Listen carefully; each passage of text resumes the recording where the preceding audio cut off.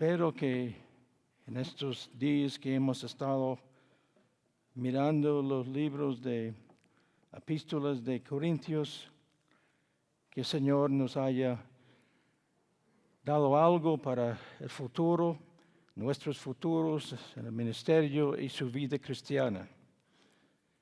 Pues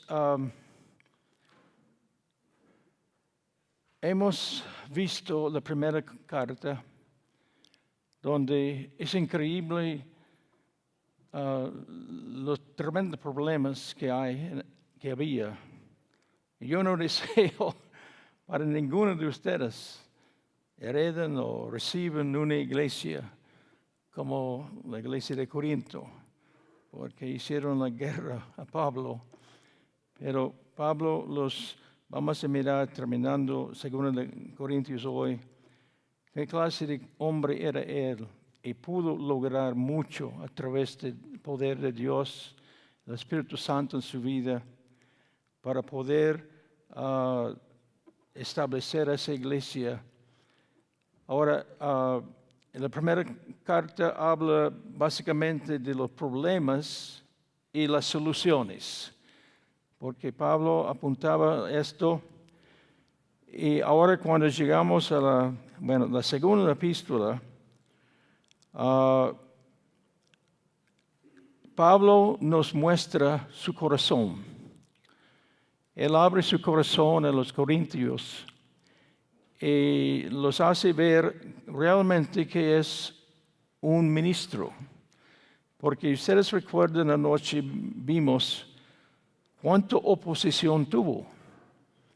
Uno pensaría, pues él fundó la iglesia, experimentó el poder de Dios, sanidades y milagros, etc., que todo el mundo lo aceptaría, pero no fue así.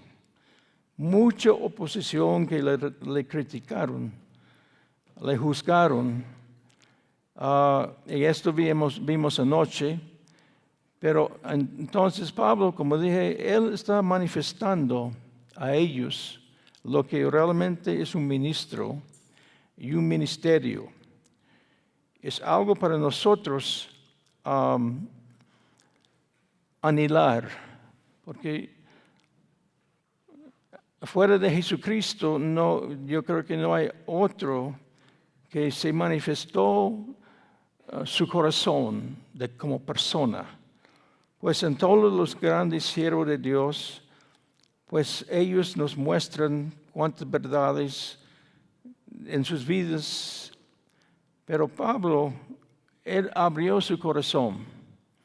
Como vimos anoche la palabra sincera, que expliqué que significa que no hay nada cubriendo, nada fingiendo, nada de hipocresía, pero todo abiertamente, incluyendo sus debilidades. Sus debilidades en cuanto a su vida, mostrándose que no era un gigante espiritual, pero se portó muy, muy humildemente y admitía, así era su vida, que no era como ellos estaban criticándole. Entonces pasamos mucho anoche que vimos todos, bueno, no todos, pero mucho de lo que él tenía que soportar como ministro. Y llegamos ahora aquí donde estamos, donde el apóstol Pablo está exhortando a la limpieza total de carne, espíritu y perfeccionar la santidad. Porque es obvio, como la iglesia que Corinto era, pecado abundado por todos lados. Y aquí él exhorta una limpieza de toda la carne, de carne y espíritu, y perfeccionar la santidad. Porque él dice, estamos en capítulo 6, los versículos 14 hasta el capítulo 7, versículo 1, donde no hay con el mal no hay. Y él da 5 cosas que con el mal no hay, estas 5 cosas. Entonces, segunda de Corintios capítulo 6, el versículo 14, nos muestra que la primera cosa que con esto no hay compañerismo con el mal. No hay compañerismo con el mal. No os unáis en yugo desigual con los incrédulos. Porque ¿qué compañerismo tiene la justicia con la injusticia? ¿Y qué comunión la luz con las tinieblas?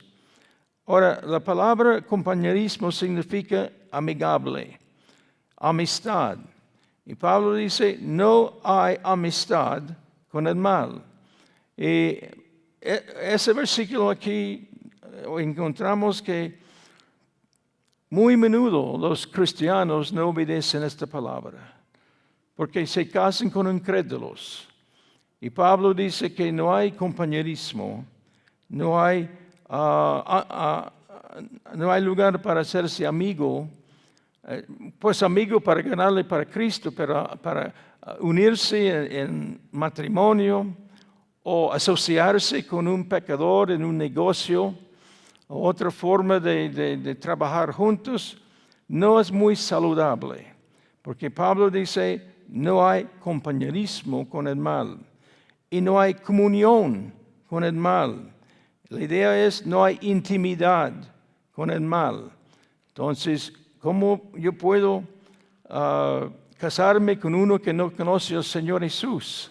Entonces, esperar que mi matrimonio va a caminar bien. O igual, trabajando en una asociación o lo que sea con los incrédulos. Ahora, él dice que en el versículo 5, no hay concordia. Y no hay porción con esto. ¿Y qué concordia Cristo con Belial? ¿O qué parte el creyente con el incrédulo? La palabra Belial puede traducirlo Satanás, pero no solo Satanás, pero la personificación que todo que es mal, que digamos que una persona que no está convertida, su persona que está en pecado constante o aún uno sin Cristo es un pecador. Entonces Pablo está diciendo que no hay concordia. La palabra concordia viene de la palabra sinfonía, un coro donde están bien, digamos, enfocado en una linda sinfonía, todo que es fluyendo sin choque.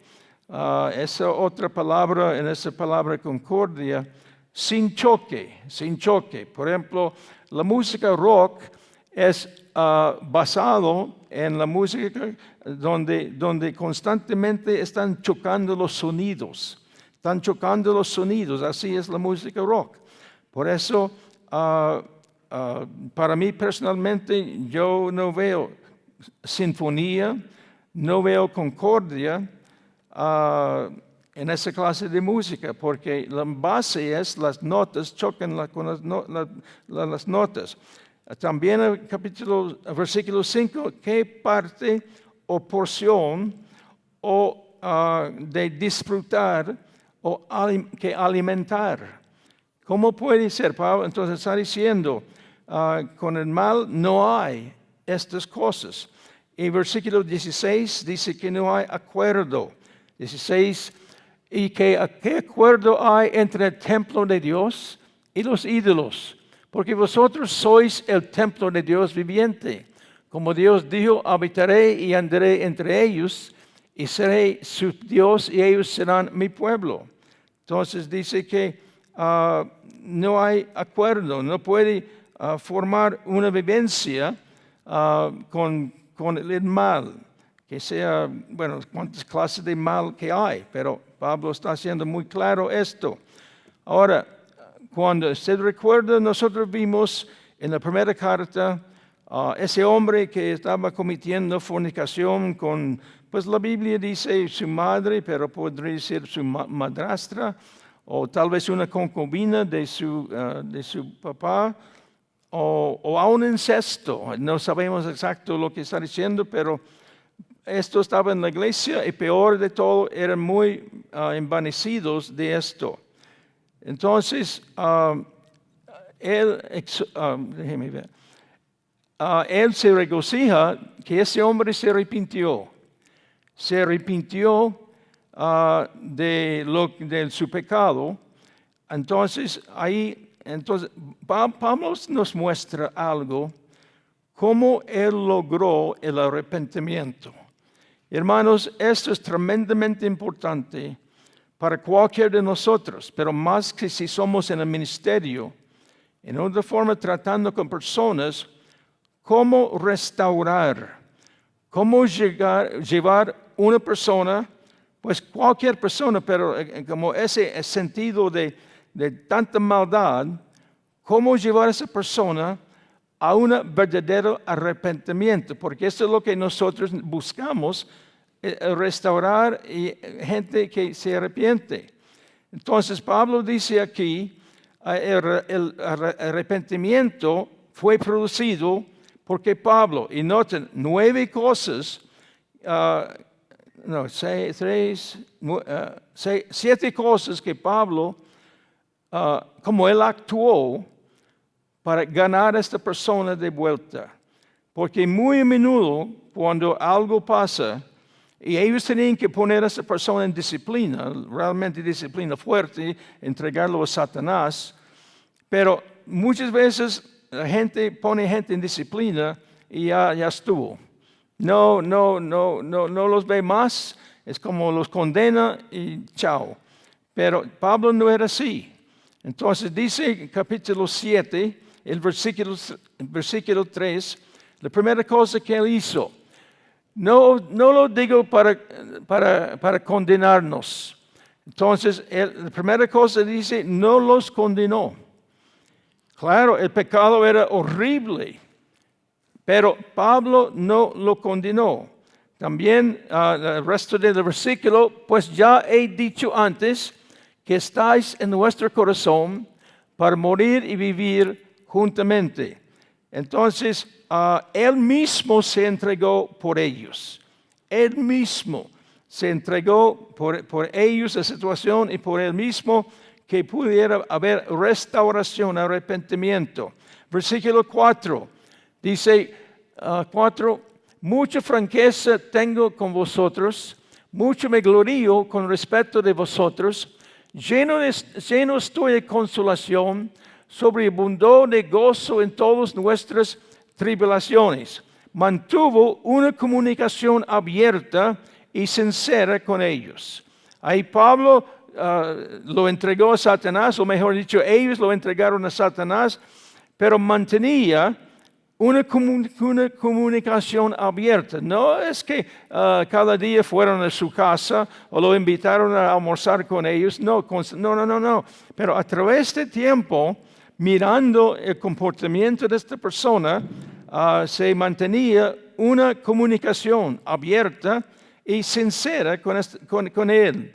Ahora, los versículos 5 y 7, Pablo se portó con humildad con ellos. 5 y 7, porque de cierto cuando vinimos a Macedonia, ningún reposo tuvo nuestro cuerpo, sino que en todo fuimos atribulados de fuera, conflictos de dentro, temores, pero Dios, con quien nos consuela a los humildes, nos consoló con la venida de Tito.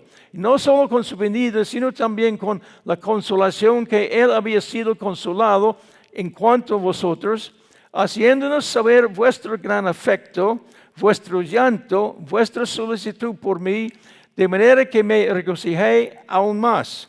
Entonces vemos que él se portó con humildad con ellos. Y como fue un hermano, digamos, si quiere decirlo como en un sentido bien sucio, en este sentido, pero se portaron con él, con humildad. Porque ¿qué es el propósito de restaurar una persona de esa categoría en tanto pecado, o cualquier hermano que está en pecado, ¿cómo nos tratamos? Y yo he visto gente que cuando hay pecado en su vida, el ministerio los tira, el ministro los tira, y no quiere nada más que ver con ellos, lo toman como sucio.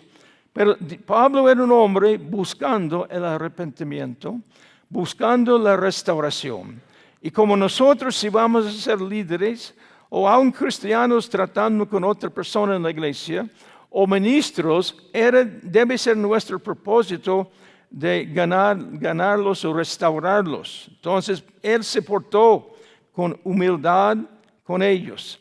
Ahora, además de esto, y aquí tiene que haber una combinación en nuestras vidas, cómo estamos tratando esa clase de gente. Porque en un lado, con mucha humildad, pero al otro lado, hay que reprender el pecado. Los versículos 8 y 10 dice, versículo 8, porque aunque os contristé con la carta, no me pesa, aunque entonces lo lamenté porque veo que aquella carta, aunque por algún tiempo os contristó, porque ahora me gozo no porque hayáis sido contristados, sino porque fuisteis contristados para arrepentimiento.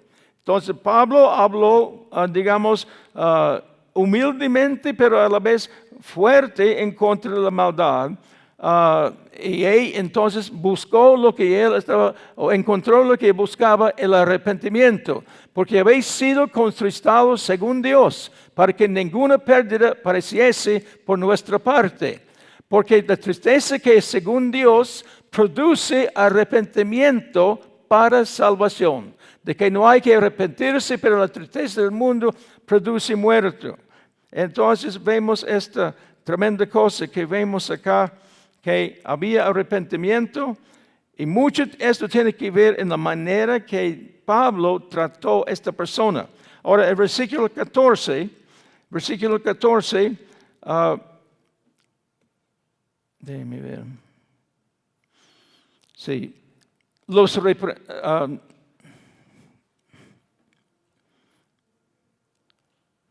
hizo todo en verdad. Capítulo 7, versículo 14.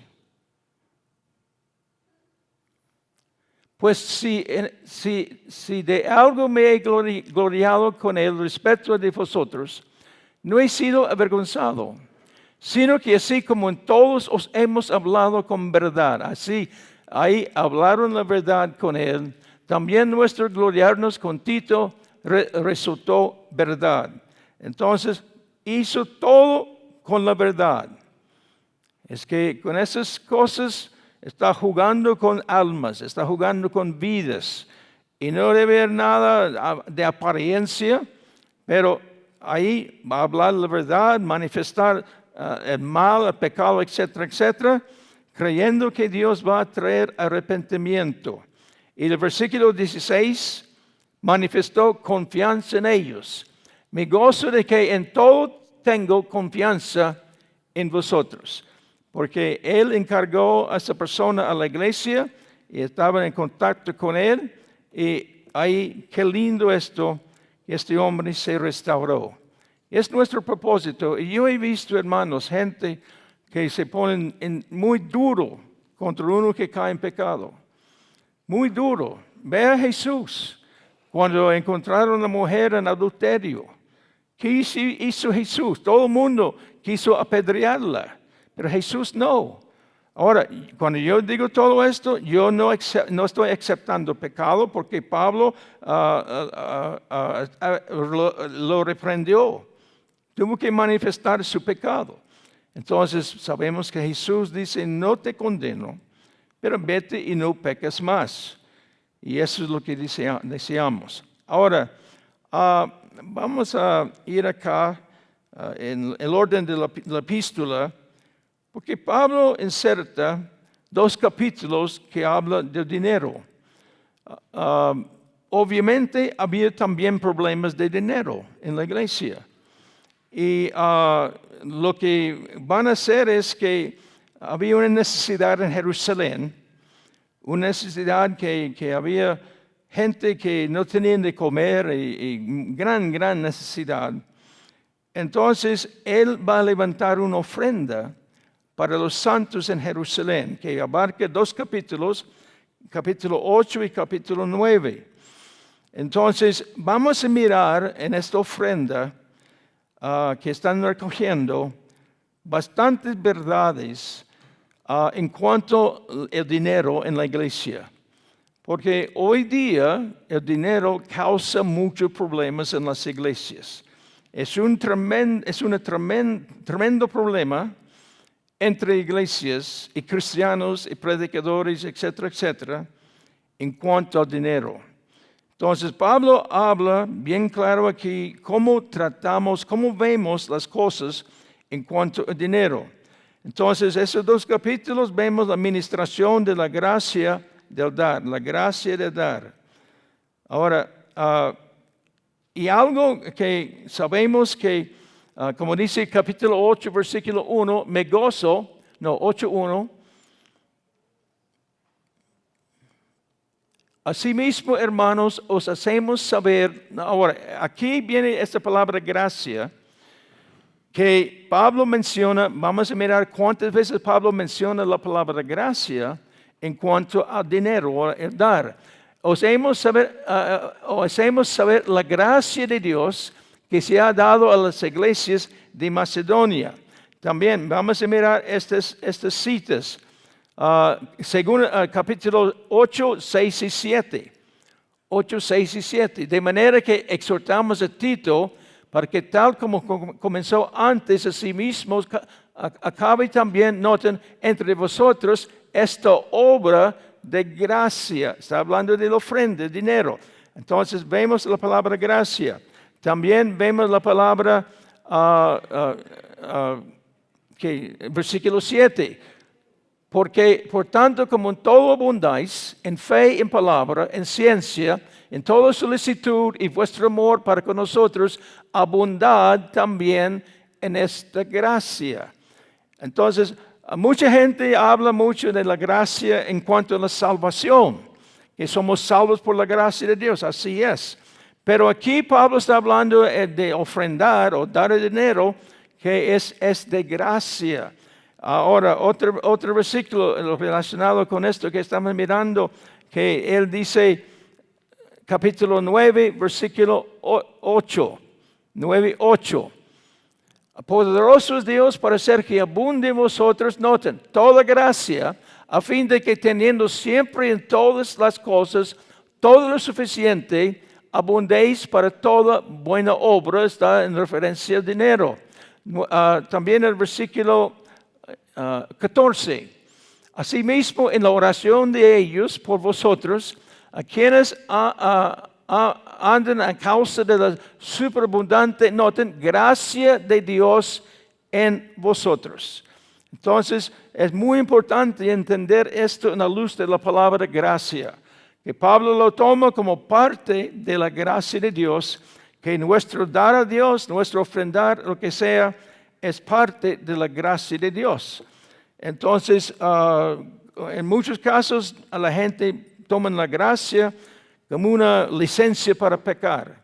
Pero no, la gracia es otra cosa. La gracia es otra cosa, no es licencia para pecar. Ahora, el espíritu del dar es con gozo y generosidad. Versículo 2 de capítulo 8. Así mismo, 8:2. Que en grande prueba de tribulación, la abundancia de su gozo y su profunda pobreza abundaron en riqueza de su generosidad. Entonces, también veamos el versículo 9 y 7, que hemos escuchado 1000 veces en las iglesias, pero dice 9 y 7, cada uno de como propuso en su corazón, no con tristeza, ni por necesidad, porque Dios ama al dador alegre. Ahora, quiero mirar algunos versículos en las cartas de los Tesalonicenses, porque Pablo está hablando con esa iglesia en Tesalónica de levantar esa ofrenda para los pobres en Jerusalén. Pero ¿cómo era la gente que están dando esa ofrenda? Dice 1 de Tesalonicenses capítulo 1, el versículo 6. No eran ricos, bien pobres. Y vosotros venís a ser imitadores de nosotros, el del Señor, recibiendo la palabra en medio de gran tribulación, con gozo del Espíritu Santo. Estaban viviendo en mucha persecución. Capítulo 2, el mismo libro, versículo 14. Porque vosotros, hermanos, venís a ser imitadores de las iglesias de Dios en Cristo Jesús, que están en Judea, pues habéis padecido de vuestra propia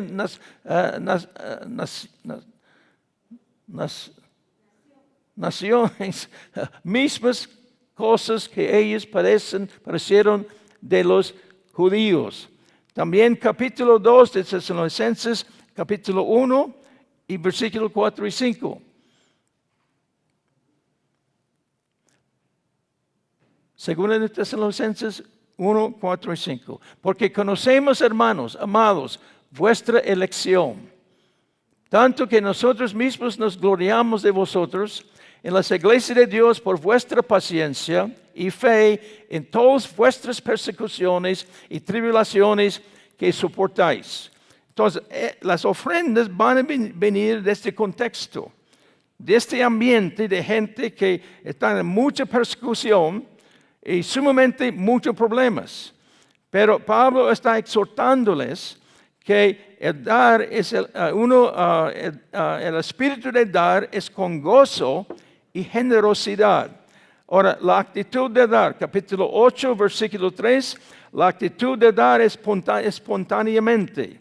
Espontáneamente, 8:3. Pues doy testimonio de que con agrado han dado conforme a sus fuerzas y aún más allá de sus fuerzas. Es su actitud en cuanto a dar. A veces la gente se encoge cuando habla de dinero, pero Pablo está hablando aquí que deben, cuando toca dinero, una actitud de dar espontáneamente. Versículo 8, se considera el dar un privilegio. 8:4.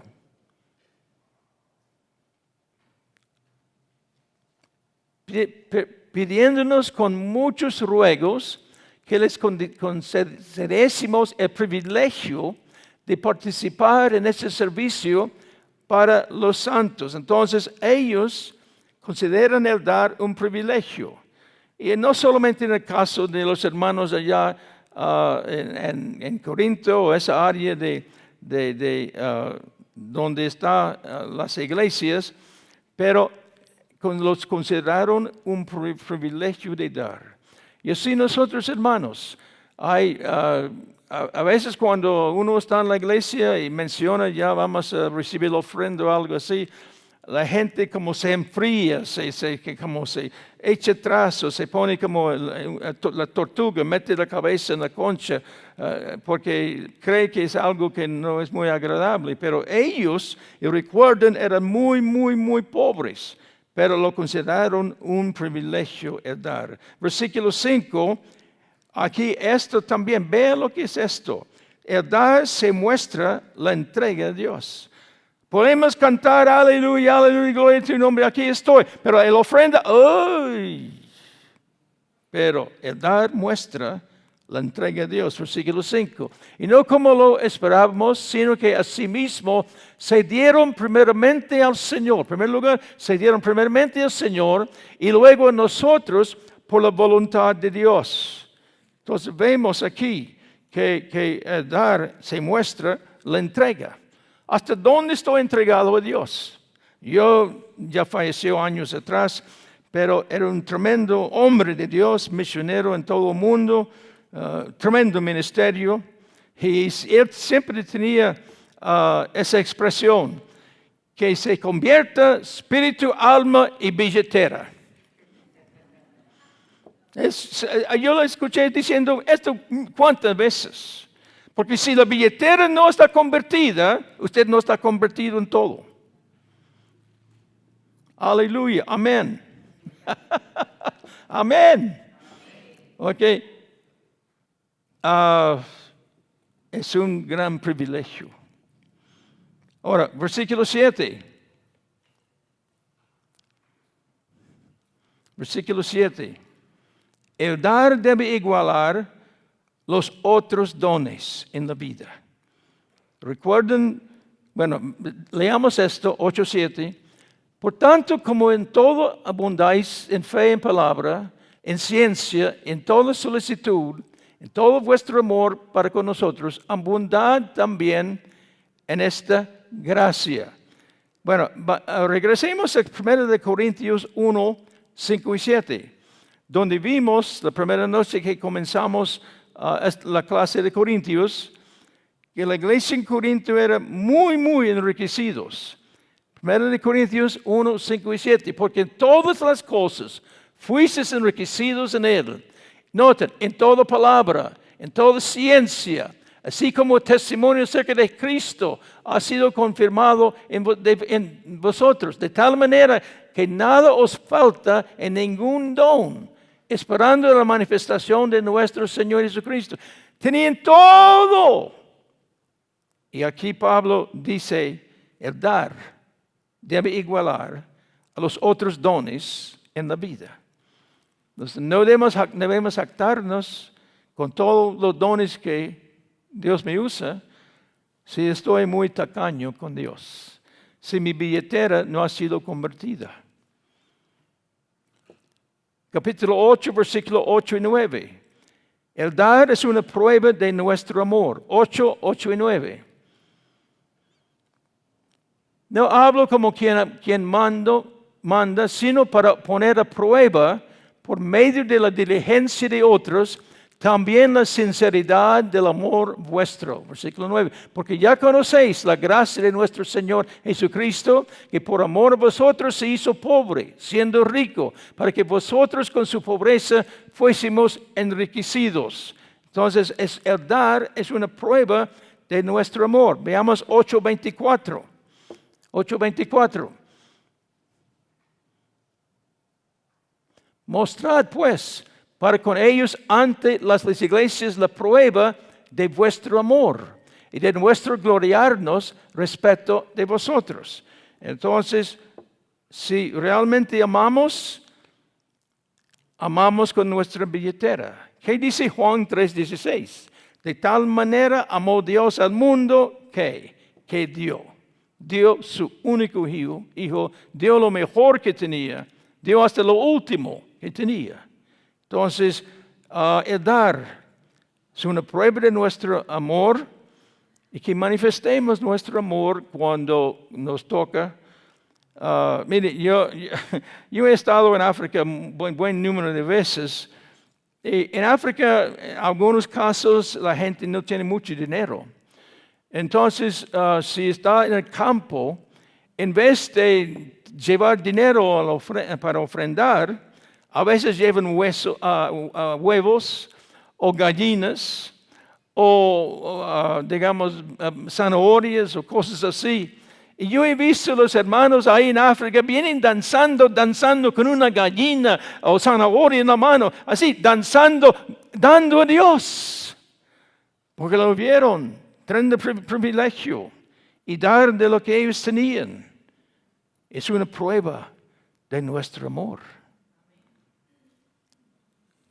8, 10 y 11. El dar debe ser pronto en cumplir. Pronto en cumplir. 10 y 11.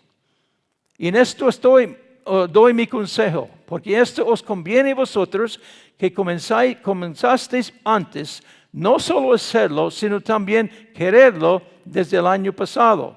Ahora pues, llevad también a cabo el hacerlo. Llevad también a cabo hacerlo, para que como os estuvisteis pronto a querer, así también lo estéis en cumplir conforme a lo que tengáis. Entonces, el dar debe ser pronto en cumplir. Pronto en cumplir. ay Dios, a veces la gente tiene dinero en la mano y aprieta dinero hasta que si pudiera escuchar los billetes o las monedas, están gritando, suéltame, suéltame, por apretar tanto dinero. Pero pronto incumplir. Y yo sé bien de esto porque soy misionero, ya 53 años, vivo por la fe desde que comencé hace 53 años. Nunca sé lo que voy a tener cada mes o cada semana, lo que sea, es lo que Dios me da. Pero el asunto es, en 53 años, yo no sé cuántas personas se han comprometido. Miren, en 53 años yo no pido a nadie para dinero. Yo presento las necesidades, lo que estoy haciendo, etcétera, etcétera. Y si alguien quiere ayudar, pues Dios toca sus corazones y me da. Pero ¿cuántos a través de los años me han dicho, le voy a ayudar mensualmente, le voy a ayudar? Y tal vez 1 o 2 meses, pero después nada. Rápidamente se lo olvida. Entonces debemos entender, si vamos a dar, realmente debemos ser pronto en cumplir lo que prometemos al Señor.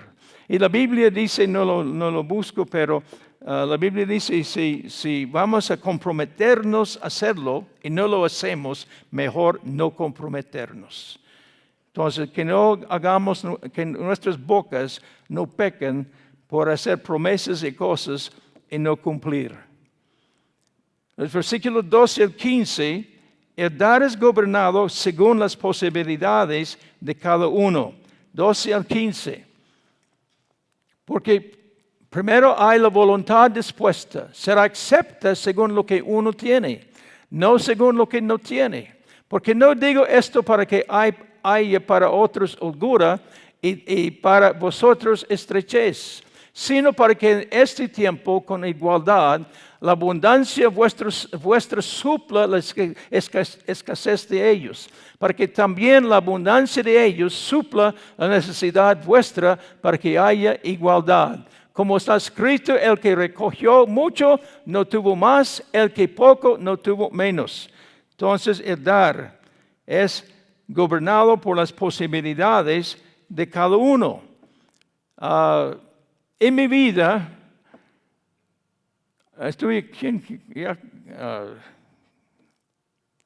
no recuerdo, lo comenté aquí con alguien, así, el otro día anduve con un hermano, y porque recién falleció Reinhard Bonnke, tremendo evangelista que literalmente ganó, dicen que 77 millones de gente ya ganó para Cristo, mayormente en África. Dios me dio el privilegio un día de estar en Singapur, cuando estoy de aquí al piano, digamos, enfrente de Reinhard Bonnke. Y de estar enfrente de este hombre, uno queda empapado con ganas de ganar almas, porque él tenía una pasión, un amor enorme. No puedo describir el amor, la pasión que llevaba este hombre de Dios. Y él esa reunión era para hombres de negocios y algunos pastores que fueron invitados. Y como yo estuve allá con la gente, me dijeron, vamos, acompáñenos. Entonces, él estaba presentando proyectos para lo que iba a hacer y que necesitaba mucho dinero. Entonces, él se abrió si los hombres o pastores querían invertir o dar lo que está haciendo. Y mi corazón, pues yo no tenía nada. Pero primera vez en mi vida yo dije, Señor, hazme un millonario. Porque yo quiero dar a ese hombre dinero tras dinero. Dinero tras dinero. Porque él me empapó con su visión de las almas que hay en este mundo. Entonces, el dar es gobernado según las posibilidades de cada uno. Yo no tenía millones, pero lo que pude yo di. Pero hermanos, es que no debemos sentir condenados si no podemos. Dios ve nuestro corazón. Pero aún en nuestra pobreza debemos aprender de dar, porque ya es el ejemplo que hemos leído en Tesalonicenses de esa gente que eran muy, muy pobres, con mucha persecución, etcétera, etcétera. Pero ellos dieron con todos sus corazones. Ahora viene otro asunto que muchas veces causa grandes problemas en las iglesias y los ministerios. Los versículos 16 al 23, cómo administrar el dinero o administrar el dar con integridad y honradez. 16 al 23. Pero gracias a Dios que puso en el corazón de Tito la misma solicitud por vosotros, pues la verdad recibió la exhortación. Pero estando también muy solícitos por su propia voluntad, partió para ir a vosotros. Y enviamos juntamente con él al hermano, cuya alabanza en el Evangelio se oye por todas las iglesias. Un hermano de gran testimonio en todas las iglesias. Y no solo esto, sino que también fue designado por las iglesias, así como compañero de nuestra peregrinación para llevar este donativo, que se administraba por nosotros para gloria del Señor mismo y para demostrar vuestra buena voluntad, evitando que nadie nos censure en cuanto a esta ofrenda abundante que administramos, procurando hacer las cosas honradamente, no solo delante del Señor, sino también delante de los hombres. Enviamos también con ellos a nuestro hermano, cuya diligencia hemos comprobado repetidas veces en muchas cosas, y ahora mucho más diligente por la mucha confianza que tiene en vosotros. En cuanto a Tito, es mi compañero, colaborador para con vosotros, y en cuanto a nuestros hermanos, son mensajeros de las iglesias y gloria del Señor. Y como yo dije, este punto de administrar el dinero ha causado sin fin de problemas y lágrimas y sufrimientos, porque por hermanos que no hay, en donde ellos no hay integridad, no hay en ellos honestidad. Todavía tengo, pero esto me voy un poco atrás. Una hermana con su esposo, que eran pastores y todavía son pastores en Costa Rica. Y ellos en ese entonces estaban creciendo la iglesia y estaban ahorrando dinero para un día construir. Y al lado de ellos había un hermano que predicaba con ellos y él vigilaba los dineros y todo esto, guardándolo al banco, etcétera, etcétera. Y cuando ya todo pareciera que ya podrían comenzar a construir, comenzaron y de repente se acabó el dinero. Y fueron a conversar con ese hombre y él había robado todo el dinero. Y jactanciosamente, en vez de arrepentirse, este cristiano se fue cerca de ahí. Otra iglesia lo aceptó, le puso un cargo en la iglesia y él feliz, pero un ladrón. Hay tantas historias que yo puedo contarle en esa área. El dinero es sumamente peligroso cuando está en manos que no son gente íntegra. No lo leo, pero si usted quiere ver otra escritura que habla de esto, la integridad en cuanto a la ofrenda, vea Esdras capítulo 8, 24 a 34, porque ahí vemos la misma cosa. Ellos entregaron el dinero en manos que eran muy honestas, esa gente, para no dar mal testimonio. ¿Cuántos malos testimonios hay a lo largo del mundo? Porque los hermanos en la iglesia roban. Yo recuerdo en un seminario de pastores años atrás, me acercó un pastor y me dijo: hermano, ya estoy pastoreando 8 años y cada domingo yo robo de las ofrendas. ¿Cómo?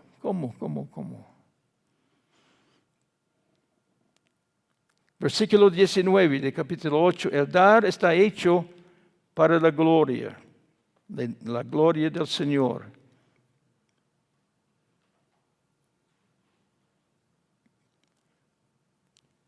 8:19. Y no solo esto, sino que también fui designado por las iglesias como compañero de nuestra peregrinación para llevar este donativo, que es administrado por nosotros para gloria del Señor mismo y para demostrar vuestra buena voluntad. La gloria del Señor.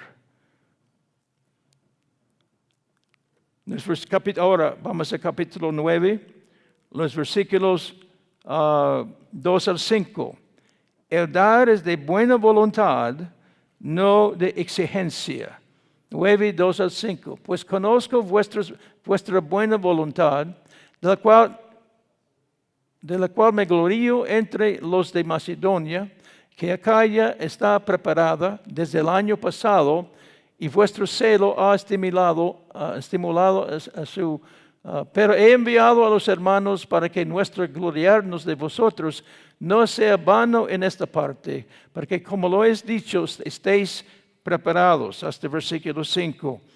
Y no sea que si viniere conmigo algunos macedonios y os hallaren desprevenidos, nos avergonzaremos nosotros. Pues por no decir nosotros de esta manera confianza. Por tanto, tuve que necesario exhortar a los hermanos que fuesen primero a vosotros y preparasen primero vuestra generosidad antes prometida, para que esté lista como de generosidad y no como de exigencia nuestra. El dar es de buena voluntad, no de exigencia. Y Dios mío, hay caso tras caso de esto, cuando los predicadores exigen a la gente dar y dar. Yo recuerdo algunos años atrás, yo fui a una conferencia como oyente, porque era un hombre muy reconocido y yo fui a escucharlo. Y yo estaba muy contento y en mi corazón había buena gana de darle una buena ofrenda. Pero se levantó después la persona que estaba encargado de tomar la ofrenda y comenzó de exigir: el que tenga $1,000, póngase de pie para darlo al ministerio. Y ahí sigue como presión. El que tiene 500, etcétera, etcétera. Entonces, entre más que presionaba, yo dije, yo no voy a dar nada. Estoy mal, me siento mal que no le di nada, pero ese predicador me dio tanta rabia que exigiendo tanto, que me quitó toda la gana de dar. Y hermanos, Pablo nos muestra, el dar es de buena voluntad, no de exigencia, Y yo no sé dónde el Señor lleva a ustedes, si a ustedes les toca levantar ofrendas acá, no haga tal cosa. Es el Espíritu Santo que toca las vidas. Y no entremos donde muchos lo hacen con exigencia dar. Capítulo 9, 6 al 11. El dar es gobernado por la ley de sembrar y cosechar. Dice 9, 6 al 11. Pero en esto digo, el que siembra escasamente también segará escasamente. El que siembra generosamente también segará. Cada uno de como propuso su corazón, no con tristeza ni por necesidad, porque Dios ama al dador alegre. Poderoso es Dios para hacer que abunde en vosotros toda gracia. Esta palabra gracia en la ofrenda. A fin de que teniendo siempre en todas las cosas todo lo suficiente, abundéis para toda buena obra, como está escrito, repartió, dio a los pobres, su justicia permanece para siempre. Hasta el versículo 11. Y el que da semilla al que siembra, y pan al que come, y proveerá y multiplicará vuestra sementera, y aumentará los frutos de vuestra justicia, para que estéis enriquecidos en todo, para toda liberalidad, la cual produce por medio de nosotros acción de gracias a Dios. Entonces, el dar es gobernado por la ley de sembrar y cosechar, que yo sé que ustedes han escuchado mucho en las iglesias. Veamos Proverbios capítulo 11, 24 y 25. Proverbios 11, 24 y 25. Hay quienes reparten y les es añadido más. Hay quienes retienen más de lo que es justo, pero vienen a la pobreza. El alma generosa será prosperada, y el que saciare, él también será saciado. Y es verdad esto, que cuando uno da, Dios lo bendice. Dios lo bendice, es una ley. Y ahora yo quiero que veamos algo relacionado con este versículo 10. Porque en este versículo 10 hay 5 cosas en cuanto a dar. Y como necesitamos entender lo que esto nos muestra, cómo es el dar y qué hace el dar. Versículo 10 dice, versículo 10, capítulo 9, versículo 10. El que da semilla al que siembra. La primera cosa, da semilla al que siembra. El sembrador, si no tiene semilla, no puede sembrar.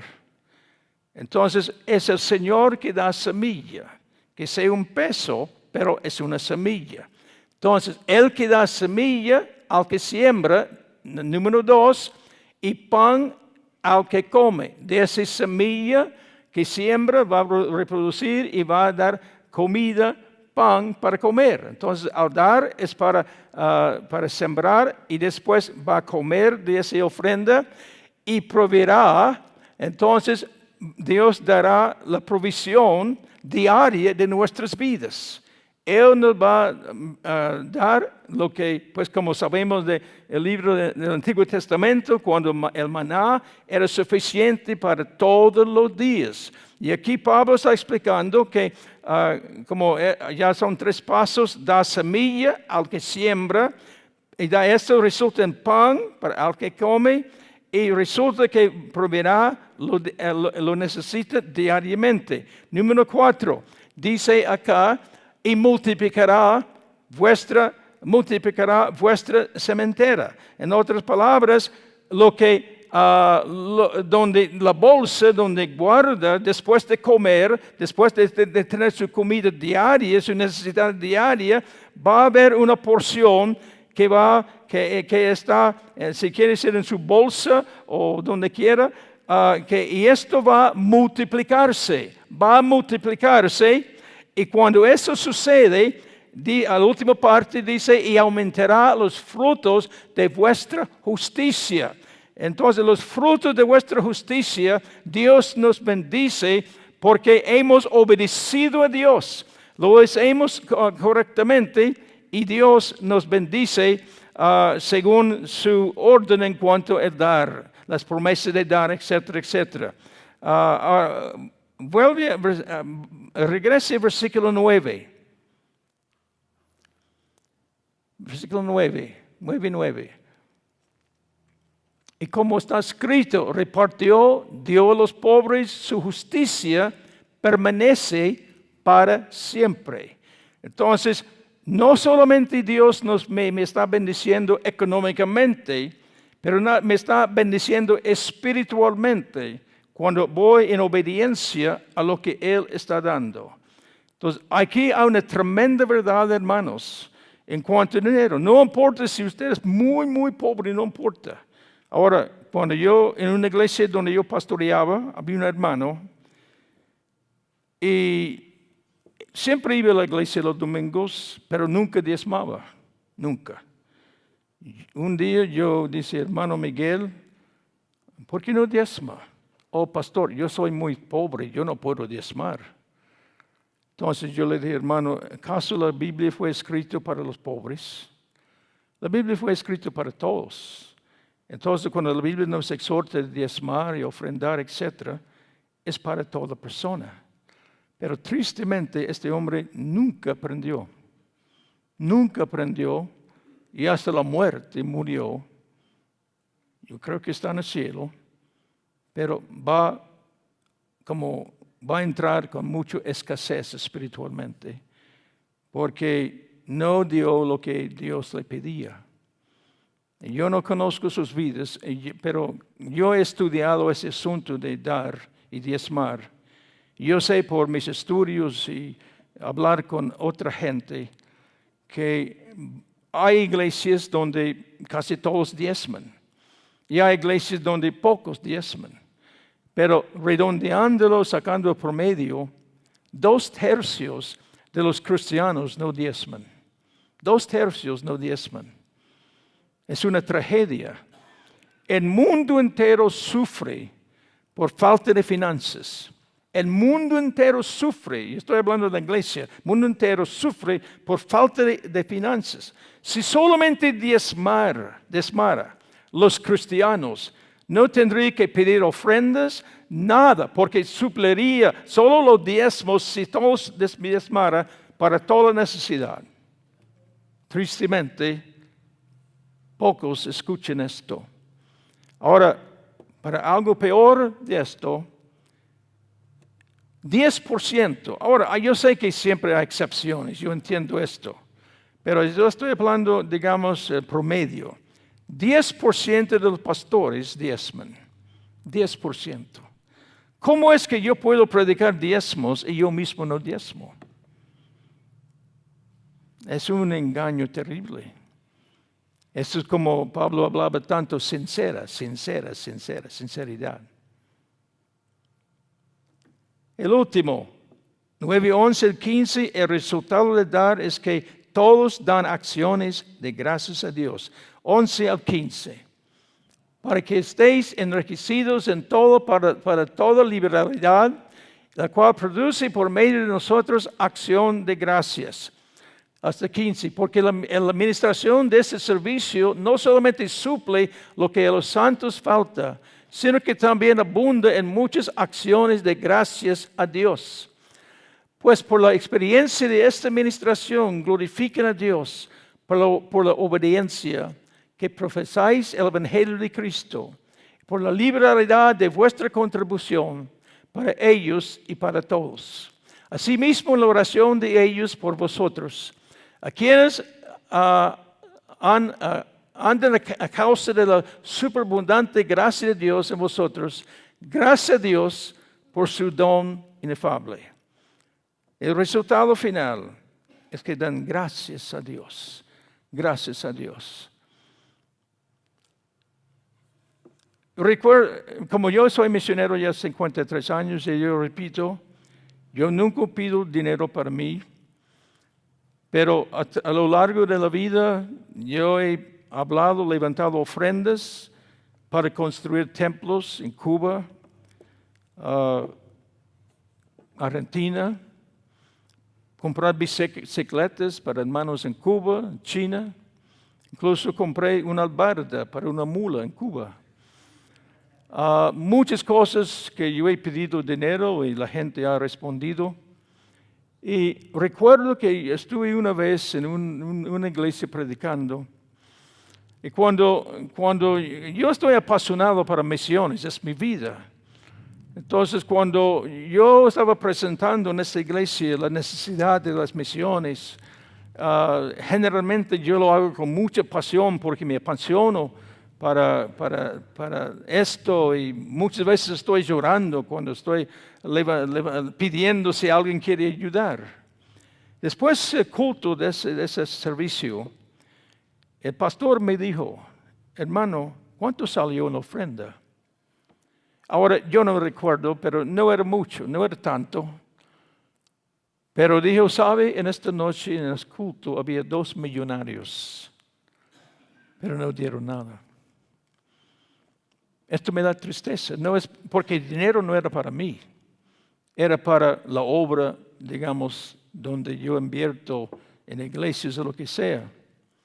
Pero le cuento de otra iglesia muy chiquitita. Una noche, yo no creo que había más de 10, tal vez menos de 10 personas en ese culto. Y yo estaba llorando, o literalmente llorando, porque había gran necesidad de una iglesia en Cuba.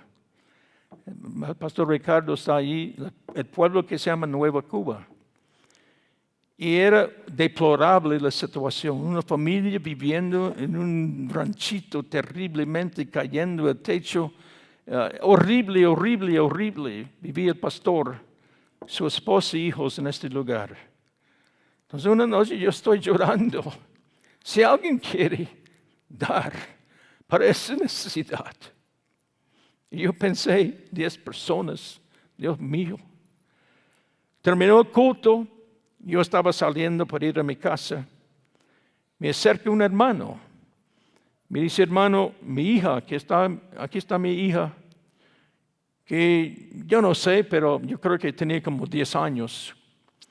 El hermano dijo, mi hija me dijo, cuando usted está predicando, que papá, yo quiero ayudar a ese misionero.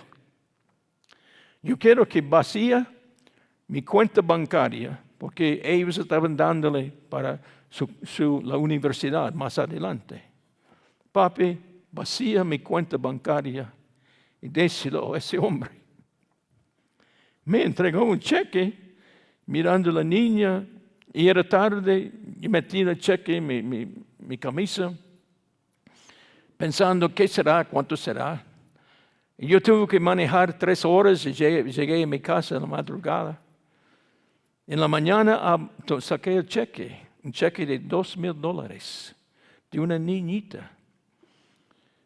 Y ese cheque era parte de la iglesia de Nueva Cuba. El sacrificio de la gente y la gran bendición de esa iglesia, porque Dios levantó a ese pastor que le querían que fuera el alcalde de ese pueblo, por el testimonio de la obra de Dios que estaba pasando en este pueblo. Hermanos, el dar es tremendamente importante. Es una gracia de Dios. Gracia de Dios. Es un privilegio que aprendamos, hermanos. Aprendamos como Pablo nos está enseñando de lo que es el dar. Ahora, en los últimos 3 capítulos, o 10 al 13, 4, Pablo da una calurosa defensa de su apostolado. Porque ya vimos anoche tantas acusaciones, tantas críticas, y Pablo aquí de el último para defenderse, defender su apostolado. Y vamos a comenzar aquí en capítulo 10, de 10:1 a 12:13, las respuestas a la acusación falsa. Y en esas respuestas, él da, creo que son, déjeme ver, creo que son 26, no, perdón, 21. 21, se quiere llamar credenciales o su currículum. Pablo ya saca su currículum de ministro, de ministerio, defendiendo y mostrando estos supergigantes en la iglesia, que es un verdadero ministro. Él comienza con capítulo 10, versículos 1 y 2. Las respuestas a las acusaciones. 10, 1 y 2. Yo, Pablo, os ruego por la mansedumbre y ternura de Cristo, yo que estando presente ciertamente soy humilde entre vosotros, mas ausente soy osado para con vosotros. Ruego pues que cuando esté presente no tengo que usar de aquella osadía con que estoy dispuesto a proceder, resueltamente contra algunos que nos tienen como si anduviésemos según la carne. Su acercamiento a ellos es con mansedumbre, ternura de Cristo, y a la vez firme contra el mal. Un hombre manifestando mucho mansedumbre, mucho, mucha ternura de Jesucristo, el amor, bondad de Cristo, pero a la vez que firme contra el mal. Es algo que cada uno tenemos que aprender. Podemos ser muy bondadosos, amorosos y así debemos, pero no podemos soportar el pecado. Firme contra el pecado. Versículos 3 y 4, su proceder. 3 y 4.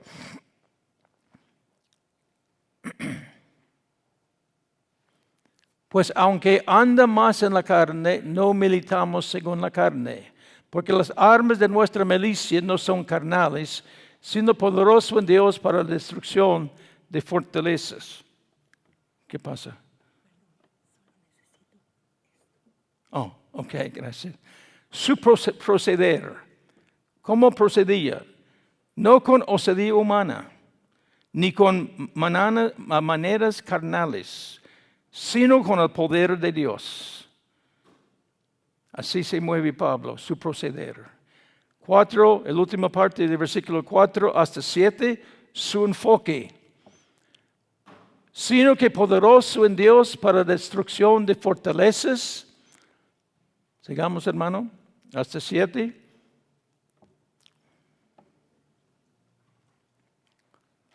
Cuatro, por favor. Porque las armas de nuestra Porque las armas de nuestra milicia no son carnales, sino poderosas en Dios para la destrucción de fortalezas, derribando argumentos y toda altivez que se levanta contra él, conocimiento de Dios. Pero él está experimentando todo esto porque había gente muy en contra de él. Y llevando cautivo todo pensamiento a la obediencia a Cristo, estando pronto para castigar toda desobediencia cuando vuestra obediencia sea perfecta. Miráis las cosas según la apariencia, y si alguno está persuadido en sí mismo que es de Cristo, esto también piense por sí mismo que como él es de Cristo, y así también nosotros somos de Cristo. Entonces, su enfoque no está en las apariencias externas, sino en las raíces interiores de rebelión y desobediencia que son contra Dios. Es que esto es lo que él ve con los ojos espiritual, no enfocando apariencias externas, pero enfocando las raíces de rebelión, desobediencia, que son contra Dios. Ahora capítulo 10. Capítulo 10, versículo 8, su propósito, 10:8. Porque aunque me glorié algo más todavía en nuestra autoridad, la cual es el cual el Señor nos dio para edificación, no para vuestra destrucción, no me avergonzaré. Entonces, su propósito es de ejercer para la edificación del rebaño y no para destruirlo. Esto vemos en otras porciones de 2 Corintios capítulo 12, versículo 19. 12 y 19. ¿Pensáis aún nos disculpamos con nosotros? Delante de Dios en Cristo hablamos, todo muy amados para vuestra edificación. Capítulo 13, versículo 10. Por esto os escribo estando ausente, para no usar de severidad cuando esté presente, conforme a la autoridad que el Señor me ha dado para edificación y no para destrucción. Y hermanos, a lo largo de este mundo, ¿cuántas iglesias destruidas? Muchas iglesias destruidas. Por supuesto, hay muchas razones. Pero ¿cuántos pastores, líderes, ancianos en las iglesias, junta directiva, como usted quiere llamarlo, destruyen las iglesias a lo largo de este mundo? Y Dios guarde a nosotros que jamás entramos o metemos en cosas así para destrucción de la iglesia.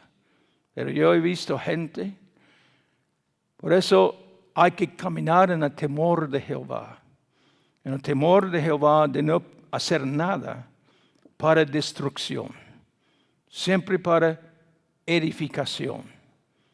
Entonces, como estamos hablando, Pablo dice apóstol o llamado apóstol. Él fue llamado por Dios. Andaba en el amor del Señor. Y nunca hacía nada para destrucción. Por supuesto, destruir el pecado, contra el pecado. Pero no para destruir hermanos o una iglesia.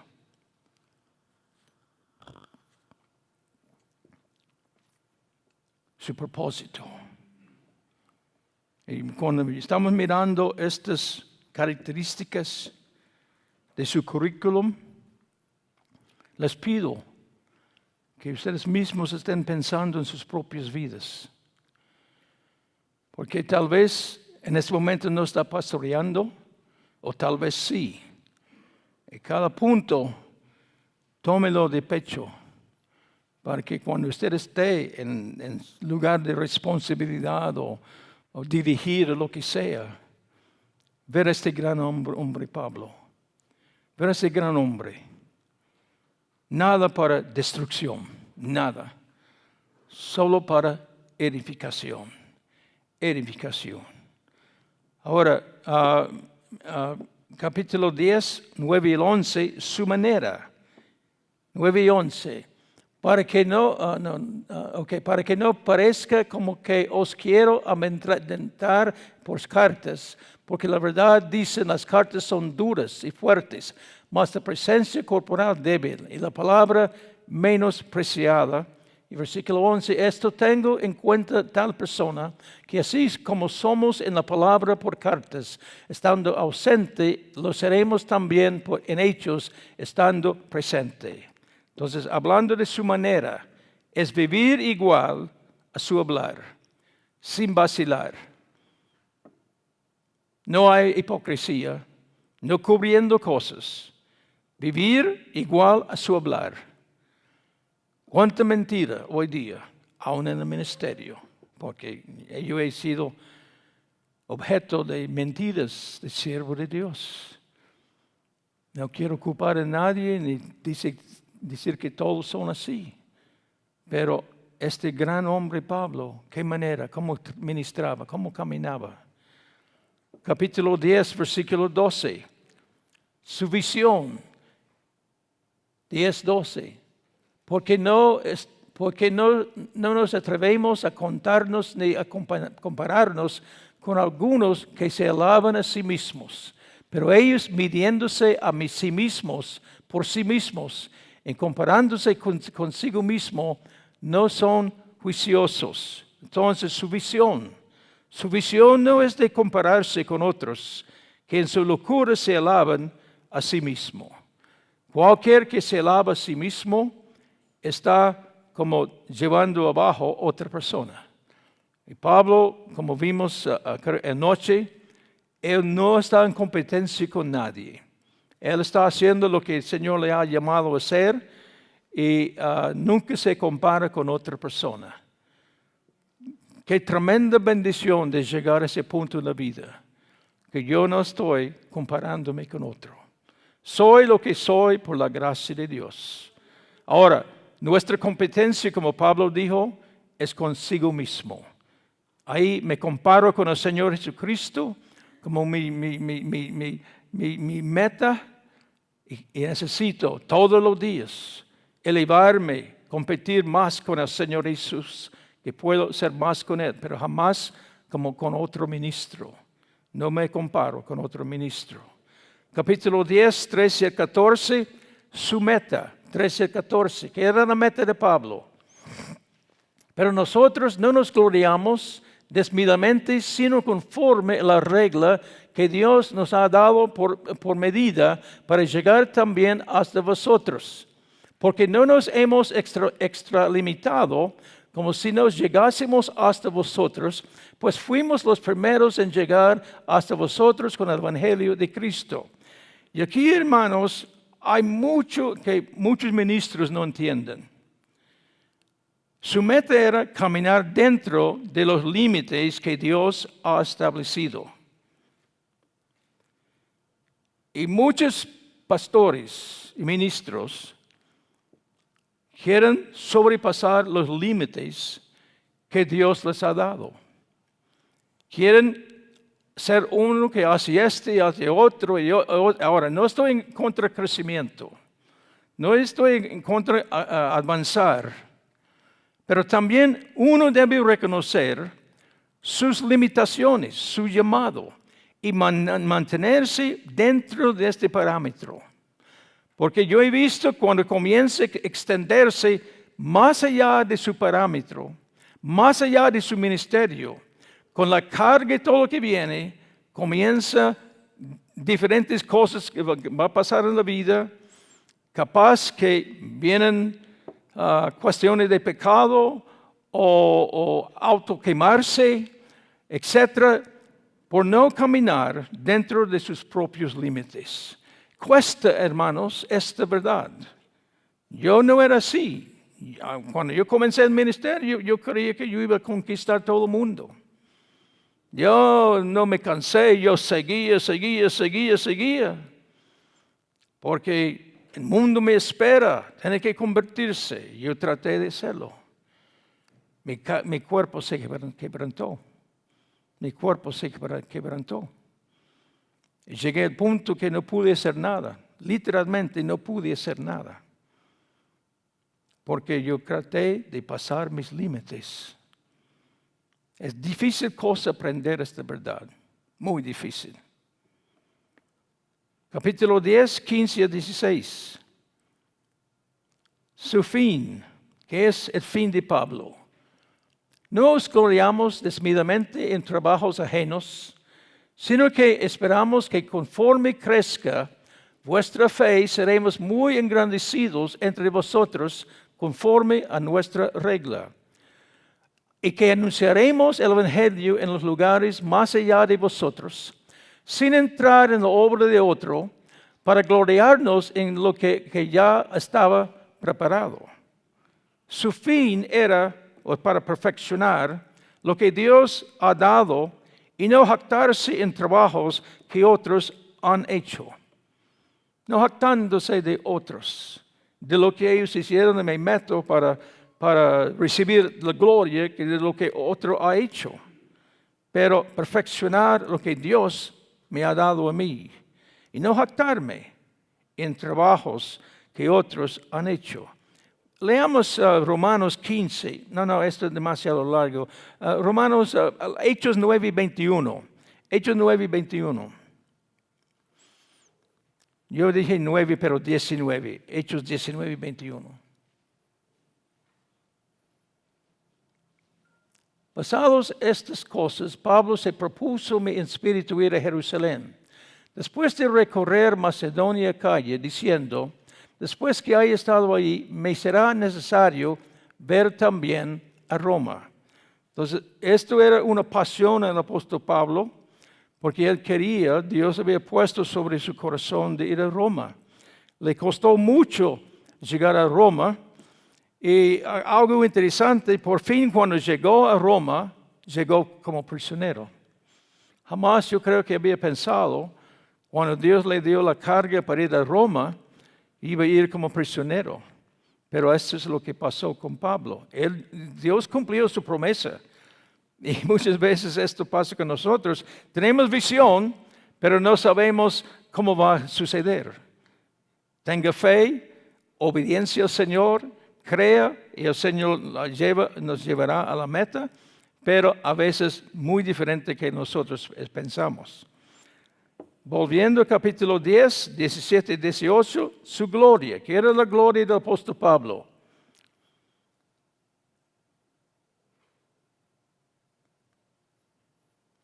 Mas el que se gloriese en el Señor, porque no es aprobado el que se alaba a sí mismo, sino aquel a quien Dios alaba. 18. Porque no es aprobado el que se... yo lo leí. Porque no es aprobado el que se alabe a sí mismo, sino aquel a quien Dios alaba. Su gloria era gloriarse del Señor y no de sí mismo. Gloriarse del Señor y no del Señor. Ay Dios, yo he visto esto vez tras vez. Por supuesto, siempre glorificamos a Dios. He visto tanto levantarse, oh, gloria al Señor, se sanó, se salvó, ahí, dando gloria a Dios, pero por dentro se da cuenta, está glorificando a sí mismo. Que no tengamos esto, hermanos, que realmente Pablo era hombre tremendo, pero una humildad que nos cuesta aún pensar la humildad que llevaba Pablo. Y jamás quiso gloriarse o recibir la gloria, tomar la gloria en cualquier cosa, solamente el Señor Jesucristo. No sé, tal vez no había escuchado de una hermana que se llamaba Claycomb, una tremenda evangelista que Dios usó con gran poder de sanar mucha gente. Muchos se convertían a la presencia de ella. Y yo recuerdo estando en sus reuniones, ella sobreempatizó, como si fuera de su necesidad de dar gloria y honra al Espíritu Santo. Siempre daba gloria al Espíritu Santo. Fue mucho impulso de glorificar al Espíritu Santo. Me llamó mucho la atención esa mujer. Nunca tomó la gloria, y aunque era gloriosa, sus reuniones. Ahora, mi esposa y mi hijo menor, pues mi esposa me acompañó varias veces a las reuniones de ella. Y ya ella falleció hace muchos años, pero mi hijo, porque hemos hablado de ella, él ha tomado mucho interés en el ministerio de ella.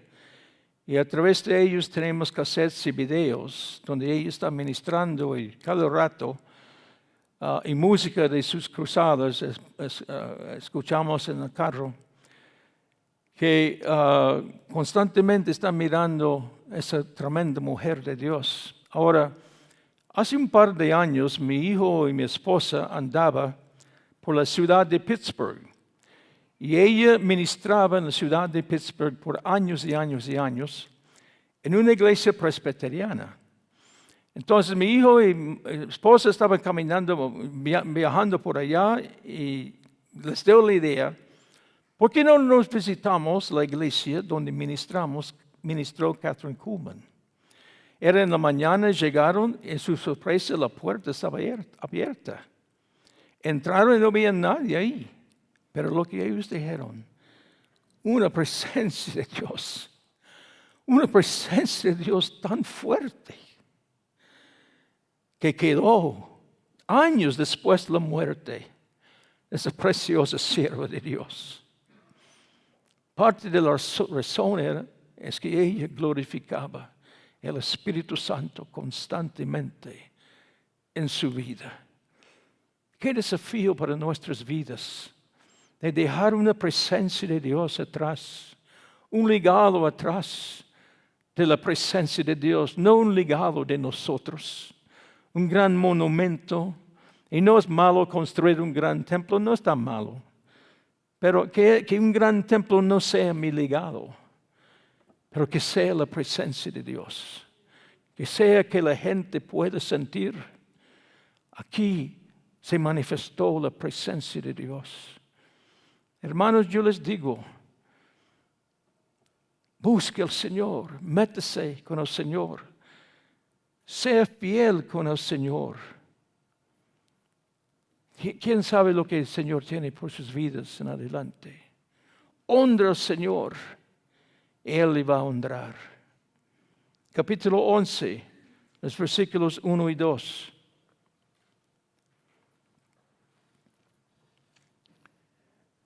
Ojalá me tolerase aún si un poco de locura. Sí, toleradme, porque os celo con celo de Dios, pues os he desposado con un solo esposo, para presentarse como una virgen pura a Cristo. El celo de Pablo Celo de Dios deseando presentar a los suyos como una virgen pura a Cristo. Era su celo. El celo no era el templo. El celo no era el gran ministerio. Dios, a los que Dios me ha dado, que por su gracia ellos lleguen a ser puros delante de Dios. Como Pablo escribía en Efesios, que la iglesia que el Señor viene buscando, una iglesia sin mancha, sin arruga, sin cualquier cosa. Hermanos, el afán de ministerio es horrible. Recuerde lo que estamos estudiando. Pablo, el patrón de un ministro y un ministerio. Y yo he visto este celo entre los predicadores terribles. Cuando uno está en una reunión de pastores, comienza, pues uno se introduce, me llamo tal de sale, así. Entonces, casi uno de primera pregunta, ¿y cuántos tienen su iglesia? ¿Cuántos tienen su iglesia? Y el celo. Para resolver ese problema, dice, bueno, yo creo que son 2. Dice, no, aunque usted tenga 2,000, pero usted dice, son 2. 2 o 200 o 2,000. Resuelve el problema hablando así. 11:13. 11:13. No, perdón. 11:3 y 4. 11:3 y 4. Su mensaje.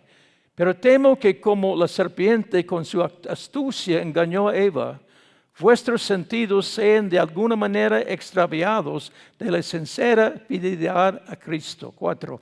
Porque si viene alguno predicando otro Jesús, que el que os hemos predicado, si os recibís otro espíritu que el que habéis recibido, y otro evangelio que el que habéis aceptado, bien lo toleráis.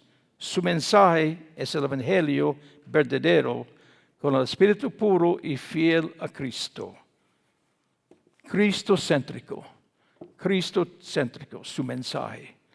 Y hoy día abundan muchos mensajes, y hay buenos mensajes, por supuesto, pero a veces yo veo dónde está Cristo en el mensaje. ¿Dónde está Cristo en el mensaje? Y Pablo dice, mi mensaje es evangelio verdadero. Romanos él dice, no me avergüenzo del evangelio, es poder de Dios. Hermanos, yo no sé cómo predican, pero que su mensaje sea cristocéntrico. Cristocéntrico. Una vez un buen hermano me preguntó, ¿estás predicando la visión? Sí, mi visión es Jesucristo. Sí, mi visión es Jesucristo.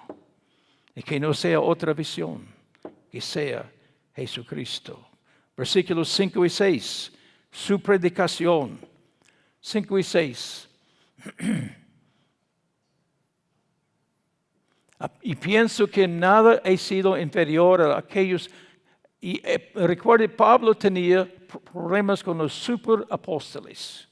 En la iglesia de Corinto había superapóstoles que se creían que eran mucho más que otros. Super. Y él dice, nada he sido inferior a aquellos grandes apóstoles, pues aunque sea tosco en la palabra, no lo soy en el conocimiento, en todo y por todo lo hemos demostrado.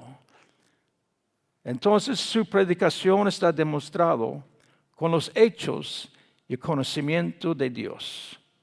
Los hechos y conocimientos de Dios. 7 a 10. ¿Dónde está 7? Porque pequé yo humillándome a mí mismo, para que vosotros fuese enaltecidos. Por cuanto os he predicado el evangelio de Dios de balde, he despojado a otras iglesias recibiendo salario para serviros a vosotros. ¿Hasta dónde? Hasta 10. Y cuando estaba entre vosotros y tuve necesidad, ninguno fui carga. Pues lo que me faltaba lo suplier. ¿Dónde estamos? Ya me perdí. lo supieron los hermanos que vinieron de Macedonia, y en todo me guardé y me guardaré de ceros gravosos. Por la verdad de Cristo que está en mí, que no se me impedirá, está mi gloria en las regiones de calle. ¿Por qué? Porque no os amo, Dios lo sabe. Entonces, su intención, y viera como esto choca hoy día mucho, su intención era servirlos con sueldo o sin sueldo. Algunos no querían pagarle, no querían ayudarle, aunque él había enseñado esto. Leamos también capítulo 12, versículo 13. 12 y 13. Porque ¿en qué habéis sido menos que las otras iglesias? Sino que yo mismo no os he sido carga. Perdóname por este agravio. No estoy aquí por un sueldo. Aunque Pablo enseñó en la primera carta que no debe poner bozal al animal o el animal que está trillando. El que va al ejército recibe sus necesidades por el gobierno. También el finquero recibe su comida de los animales. Pero él entiende y como había gente que no querían ayudarlo, entonces él dijo, está bien, yo voy a seguir predicando. Veamos Hechos 18, 1 al 4.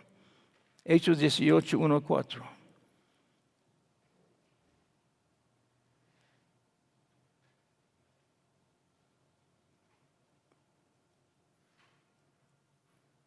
Después de estas cosas, Pablo salió de Atenas y fue a Corinto. Y halló a un judío llamado Aquila, natural de Ponto, recién venido de Italia con Priscila su mujer, por cuanto Claudio había mandado que todos los judíos saliesen de Roma, fue a ellos. Y como era del mismo oficio, se quedó con ellos, trabajando juntos, pues el oficio de ellos era hacer tiendas. Y discutía en la sinagoga todos los días de reposo y persuadía a judíos y griegos. Y sabemos que lo que parece la historia, como dije, había como 70,000 cristianos en Corinto. Pero Pablo, y ahí con esa linda pareja, haciendo tiendas, trabajando para sobrevivir las necesidades que tenía. Pero muestra la intención de este gran hombre de Dios. ¿Cuántos tienen el llamado de Dios?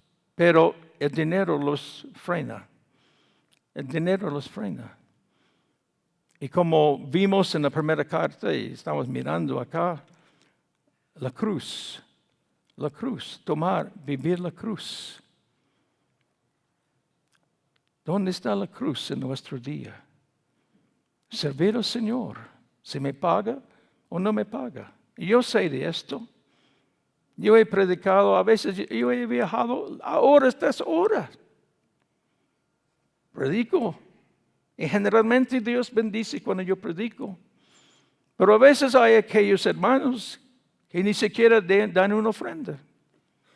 Yo he pasado esto muchas veces. O me han robado las ofrendas. Pero yo sigo. Yo sigo. Ya son 53 años y nadie me va a parar si me paga o no me paga. Porque yo no estoy en esto por el dinero. ¿Cómo es que hoy día nos hemos caído tan bajo y creemos que necesitamos ser pagados? Y si no me paga, mire, cuando uno va a una iglesia y le van a entrevistar para ser pastor, casi una de las primeras cosas, ¿cuánto será el salario? ¿Cuánto será el salario? Espero que no haya uno acá. La intención, servirlos. Versículo 11, su motivación. 14. No, perdón, 11.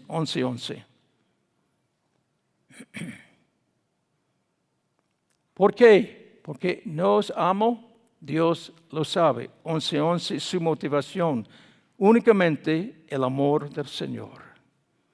Únicamente el amor del Señor. Mi intención. 12:15, su deber.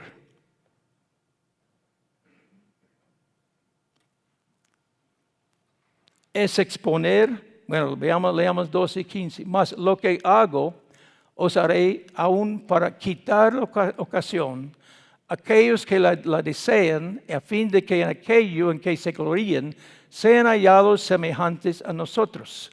Porque estos son falsos apóstoles, obreros fraudulentos, que se disfrazan como apóstoles de Cristo, y no es maravilla porque el mismo Satanás se disfraza como ángel de luz. Así que no es extraño si también sus ministros se disfrazan como ministros de justicia, cuyo fin será conforme a sus obras. Ahora, Pablo está diciendo, mi deber es exponer los falsos ministros y tácticas de Satanás al rebaño. Hoy día estamos en días de muchos se llaman apóstoles. Abundan por todo lado del mundo. Pero veo que poco hacen su labor, su deber. Porque Pablo dice, parte de mi deber es exponer los falsos. Es el trabajo de un verdadero apóstol. De decir esto es de Dios o no es de Dios. Pero pocos lo hacen. Ahora, él sabe esto, la gran importancia, que él sabe lo que hace el falso apóstol. Él sabe, porque dice el versículo, sabiendo que el resultado de ellos será nota en el versículo 20, 4 cosas aquí en el versículo 20, 5 cosas en el versículo 20. Pues toleráis si alguno os esclaviza, es número 1. Si alguno os devora, número 2. Alguno toma de vuestro, número 3.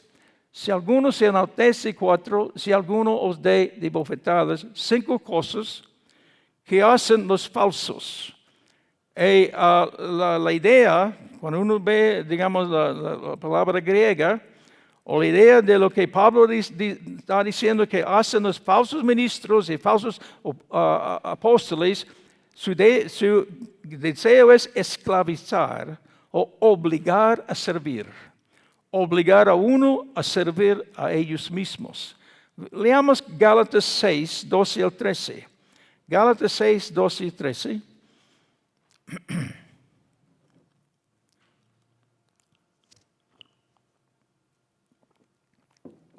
Todos los que quieren agradar en la carne, estos os obligan a que os circuncidéis solamente para que no padecen persecución a causa de la cruz de Cristo. 13. Porque ni aun los mismos que se circuncidan guardan la ley, pero quieren que vosotros os circuncidéis para gloriarse en vuestra carne. También en Gálatas capítulo 2, versículo 14. Entonces, cuando haya falsos, están muy a menudo obligan a uno de hacer lo que ellos demandan. Pero cuando vi que no andaban rectamente conforme a la verdad del Evangelio, dije a Pedro, delante de todos, si tú, siendo judío, vives como los gentiles y no como judío, ¿por qué obligas a los gentiles a judaizar? También devorar. Esta palabra devorar significa explota o explotar.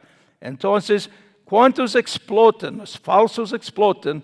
Gracias a Dios hay buenos apóstoles, verdaderos apóstoles, pero Pablo está diciendo, mi deber es exponer los que son falsos apóstoles y ministros usando las tácticas de Satanás.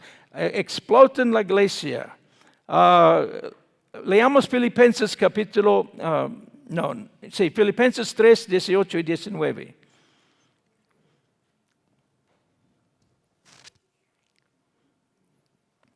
Porque por ahí andan muchos, de los cuales os dije muchas veces, Y aún ahora los digo llorando. Ve el corazón de Pablo llorando por lo que como maltrata a los hermanos, que son enemigos de la cruz de Cristo, a fin de cuales será perdición, cuyo Dios es el vientre y cuya gloria es su vergüenza, que solo piensan en lo terrenal, devoran los hermanos.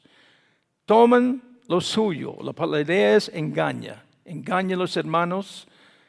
Yo puedo contarle historias que gente que yo he conocido que fueron engañados por otros ministros. Es triste, yo no quiero jamás ser uno que engañan. También se encuentra en este versículo 20, enaltecerse o exaltarse, tratarles como desprecio. Es que cuando yo me exalto, yo estoy despreciando a otros. Dice 2 de Corintios 11, 18, estas palabras. Porque, pues que muchos se glorían según la carne, también yo me gloriaré. Pues está hablando como ellos lo están tratando así, y él está respondiendo en su propia manera. Pero enaltezarse contra uno. Y también el versículo 20, fíjese en esto, golpearlos. La idea es pegarles en la cara. Pegarles en la cara. Que uno que es falso no le importa nada. No le importa nada, solamente interesa el dinero o sacar una mujer o lo que sea. Y ahí lo deja, lo pega en la cara y punto. Que el Señor nos ayude. Ahí queda algunos más en esta lista del currículum de Pablo. Para mí es un tremendo desafío en mi vida para que yo no sea como otros, pero imitando al apóstol Pablo.